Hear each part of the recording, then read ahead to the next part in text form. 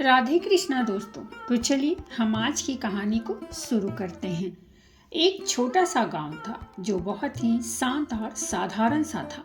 उसी गांव में एक ब्राह्मण राम स्वरूप अपनी पत्नी के साथ रहते थे। राम स्वरूप जी भगवान श्री राम के परम भक्त थे। दिन भर उनके मुंह से सिया राम ही निकलता था। रामस्वरूप बहुत ही सरल और सीधे स्वभाव के व्यक्ति थे, पर उनके घर की माली हालत ठीक नहीं थी। घर का गुजारा किसी तरह चल रहा था, परंतु रामस्वरूप जी के चेहरे पर जरा भी सिकन नहीं थी। उनकी भगवान के प्रति आस्था में कभी कोई कमी नहीं आती थी। इसीलिए सब लोग उनको पंडित राम भक्त कहकर ही पुकारते थे। गांव में एक बहुत ही पुराना खंडहर सा और बहुत ही छोटा सा राम मंदिर था। पंडित राम स्वरूप जी उसी मंदिर के पुजारी थे। मंदिर के बगल में ही एक छोटा सा ईंटों का बना कमरा था, वहीं वो रहा करते थे। दूसरी ओर उनकी पत्नी उनके बिल्कुल विपरीत बहुत ही गुस्से वाली थी। नाम था लीलावती। बात बात पर गुस्सा करना उनका स्वभाव था।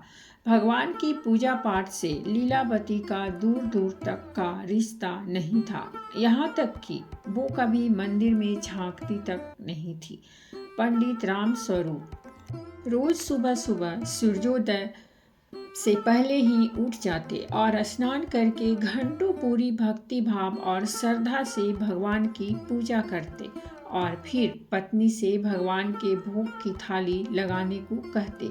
यह उनकी रोज की दिनचर्या थी। लीलावती रोज केवल भगवान के लिए भोग बना कर देती थी। इसके अलावा वो कभी मंदिर में कदम भी नहीं रखती। उसे ये भी नहीं पता था कि पंडित राम स्वरूप रोज किस प्रकार भगवान की पूजा करते हैं।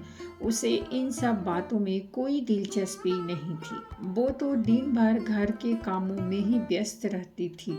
आज भी रोज की तरह राम स्वरूप जी ने घंटों तक पूजा की और फिर अपनी पत्नी को आवाज लगाई, लीलावती, ओ लीलावती, अरे भगवान के भोग की थाली तो लगा दो। कितनी देर हो रही है, भगवान कब से भूखे बैठे हैं। आई तभी लीलावती की आवाज आई। थोड़ी देर बाद ही लीलावती ने एक थाली मंदिर के बाहर से ही सरका दी और बोली, लो खिला दो अपने भगवान को खाना। इतना कहकर बड़बड़ाते हुए चली गई। तभी राम स्वरूप की नज़र थाली पर पड़ी।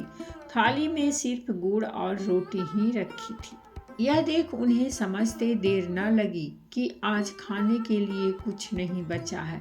पंडित जी ने भगवान जी से हाथ जोड़कर माफी मांगी और जो रूखा सूखा भोजन था उसी का भोग लगा दिया।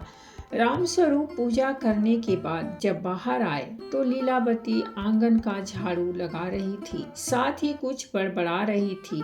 अरे लीलावती, सुबह सुबह क्यों बड़बड़ा रही हो? कभी कभी भगवान का नाम भी ले लिया करो, थोड़ा पुण्य मिलेगा। राम स्वरूप पंडित ने हंसते हुए लीलावती से कहा। लीलावती लगभग चिल्लाते हुए बोली, तुम ही ले लो पुण्य, तो हमें नहीं चाहिए। रोज घंटों पूजा पाठ करते हो तो कौन सा भगवान ने तुम्हें तर दिया?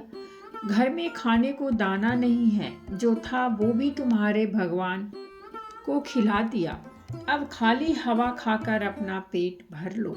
इतना सुनते ही राम स्वरूप बोले, लीलावती, तुम चिंता मत करो, भगवान पर भरोसा रखो। तुम देखना, वो हमें भूखा नहीं रहने देगा। पंडित जी और उनकी पत्नी के बीच इस तरह की नोक-झोंक रोज होती। इसी तरह उनके दिन कट रहे थे। एक बार पंडित राम स्वरूप को किसी जरूरी काम से 3-4 दिन के लिए दूसरे गांव जाना था। पंडित जी बहुत ही परेशान और चिंतित थे कि आखिर उनकी अनुपस्थिति में उनके भगवान का ख्याल कौन रखेगा, परंतु जाना भी जरूरी था। दूसरे दिन पंडित राम स्वरूप जी ने पत्नी से कहा, देखो लीलावती, मुझे जरूरी काम से दूसरे गांव 3-4 दिन के लिए जाना पड़ रहा है। इस बीच तुम्हें ही मेरे भगवान का ख्याल रखना होगा। उन्होंने पत्नी को यह भी बताया कि रोज उन्हें कैसे भगवान का ख्याल रखना है। तुम रोज सुबह सबसे पहले भगवान को उठाना, उन्हें स्नान कराकर भोग लगाना और रात्रि होने पर उन्हें सुला देना। लीलावती बीच में ही टोकते हुए बोली, हाँ हाँ, मुझे सब पता है, अब जाओ, देर हो जाएगी। दूसरे दिन लीलावती सुबह सुबह उठकर काम करने लगी कि तभी उसे याद आया कि उसे तो भगवान को भी उठाना है। वो मंदिर के अंदर गई और बोली, उठो राम जी, भोर हो गई है, जल्दी उठ जाओ, कहकर वो वापस अपने काम में लग गई। कुछ देर बाद वो फिर मंदिर में गई। उसने देखा भगवान तो अभी भी वहीं की वहीं खड़े हैं। वो फिर बोली, अरे राम जी, सुनाई नहीं देता क्या? उठो, भोर हो गई है, मुझे और भी बहुत सारा काम करना है। लेकिन फिर भी उसने भगवान में कोई हलचल नहीं देखी। अब तक लीलावती गुस्से में लाल हो चुकी थी। उसने भगवान से कहा, मैं आखिरी बार पूछ रही हूँ, तुम उठते हो या नहीं? लेकिन भगवान अब भी मौन खड़े रहे। अब तो लीलावती का गुस्सा सातवें आसमान पर चढ़ गया था। वो गुस्से में बाहर गई और झाड़ू उठा लाई। भगवान को झाड़ू दिखाते हुए बोली, उठ रहे हो कि नहीं? नहीं तो इसी झाड़ू से तुम्हारी। इतना सुनते ही भगवान राम, सीता माता और लक्ष्मण जी तीनों हाथ जोड़े लीलावती के सामने प्रकट हो गए। उन तीनों को देखकर लीलावती बोली, आ गई ना अकल ठिकाने पर? इसीलिए कहते हैं, लातों के भूत बातों से नहीं मानते। तभी श्री राम हाथ जोड़कर बोले, माता, हमारे लिए क्या आज्ञा है?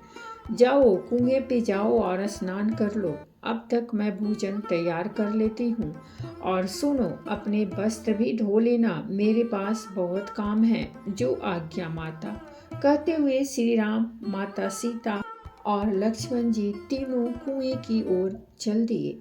कुछ समय बाद वे वापस आए। तब तक लीलावती खाना बना चुकी थी और उन तीनों का इंतजार कर रही थी। भगवान के आते ही लीलावती ने उन तीनों को भोजन करा दिया और बोली, जाओ, अब मंदिर में बैठ जाओ। इसके बाद वो अपना बाकी का काम निपटाने लगी। रात हुई तो वो मंदिर में फिर गई और बोली, अरे रात्रि हो गई है, सो जाओ, कब तक खड़े रहोगे? दूसरे दिन भी वह सुबह जब उठाने गई और भगवान एक दो बार उठाने से नहीं उठे तो वो फिर झाड़ू लेकर आ गई। झाड़ू देखते ही तीनों भगवान प्रकट हो गए और लीलावती के सामने हाथ जोड़कर खड़े हो गए। लीलावती ने फिर उन्हें स्नान के लिए कुएं पर भेजा और भोजन कराकर अपने बाकी के काम निपटाने में लग गई। पंडित राम स्वरूप के आने तक वो रोज इसी तरह भगवान की देखभाल करती रही। पंडित राम स्वरूप जी जब घर आए तो आते ही उन्होंने पत्नी से पूछा, लीलावती, तुमने मेरे भगवान का ख्याल ठीक तरह से रखा कि नहीं? लीलावती बोली, हाँ हाँ, ठीक से रखा, चाहो तो अपने भगवान से ही पूछ लेना। अच्छा, तो बताओ कैसे रखा ख्याल? पंडित राम स्वरूप जी बोले। लीलावती ने उन्हें बताया, रोज सुबह तुम्हारे राम जी को उठाती थी। पहले दिन उठा उठा के थक गई, पर वो तीनों उठने का नाम ही नहीं ले रहे थे। फिर मैं झाड़ू लेकर गई। जब मैंने झाड़ू दिखाकर डराया तब कहीं जाकर उठे। इतना सुनते ही राम स्वरूप चिल्ला पड़े, लीलावती, ये तुम क्या कर रही हो? तुमने भगवान को झाड़ू से डराया तो क्या करती? वो मेरी बात ही नहीं मान रहे थे। यह सुनते ही पंडित राम स्वरूप सिर पकड़कर बैठ गए। लीलावती ने आगे बताया, उठाने के बाद उन्हें स्नान करने के लिए कुएं पर भेजती थी। उसके बाद भोजन करा देती थी और रात्रि होने पर सुला देती थी। इतना काम ही तो बोला था ना? पंडित राम स्वरूप जी लीलावती की बातें सुनकर अवाक रह गए। वह सोच रहे थे, लीलावती ये क्या बोले जा रही है, ये पागल तो नहीं हो गई? उन्होंने लीलावती से पूछा, लीलावती, तुम्हारी तबीयत तो ठीक है ना? ये तुम क्या बोले जा रही हो? मेरी तबीयत को क्या होना है, मैं बिल्कुल ठीक ठाक हूँ। लीलावती गुस्से से बड़बड़ाई। पंडित जी को अपनी पत्नी की बातों पर जरा भी विश्वास नहीं हो रहा था। वो तुरंत उस जगह गए जहाँ भगवान विराजे थे। पंडित ने देखा कि भगवान की मूर्तियाँ तो वैसे की वैसे ही रखी हुई थी। पंडित दौड़कर उस कुएं पर गया जहाँ लीलावती ने तीनों भगवान को स्नान करने भेजा था। जब वो कुएं पर पहुंचे तो उनके आश्चर्य का ठिकाना नहीं रहा। वहां रखी टूटी फूटी बाल्टी सोने की बन चुकी थी। बगल में भगवान के वस्त्र रखे थे, वो भी सोने के ढेर में बदल चुके थे। फिर रामस्वरूप भागे भागे उन बर्तनों के पास पहुंचे जिसमें भगवान ने भोजन किया था। सोने के बर्तनों में बदल चुके थे।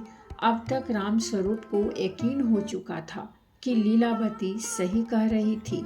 पंडित रामस्वरूप ने दौड़कर भगवान के चरण पकड़ लिए और रोने लगे। प्रभु, मैं आपकी रोज घंटों पूजा करता हूँ, पर आज तक आपने मुझे कभी दर्शन नहीं दिए। लेकिन लीलावती के एक बार ही सच्चे मन से आपको पुकारने पर आप स्वयं माता सीता लक्ष्मण जी सहित मेरी कुटिया में पधारे। मैं धन्य हो गया भगवान, मैं धन्य हो गया। इसीलिए कहते हैं भगवान सदैव निस्वार्थ और सच्ची भक्ति की ही आशा रखते हैं। लीलावती भगवान की भक्त नहीं थी, अपितु उसने जो कुछ भी किया निस्वार्थ भाव से किया, क्योंकि उसके पति उसे भगवान का ख्याल रखने को कह गए थे और वो वही कर रही थी जो भगवान को भा गया और वो उसके समक्ष प्रकट हो गए। अतः भगवान को केवल सच्चे और निस्वार्थ भाव से पुकारो तो वे अपने भक्त की पुकार अवश्य ही सुनते हैं। तो दोस्तों, ये थी हमारी आज की कहानी, और अगर कहानी अच्छी लगी हो तो प्लीज़ हमारे चैनल को सब्सक्राइब कीजिए, वीडियो को लाइक और शेयर जरूर कीजिए। कहानी सुनने के लिए बहुत बहुत धन्यवाद। मिलते हैं हम एक नई कहानी के साथ।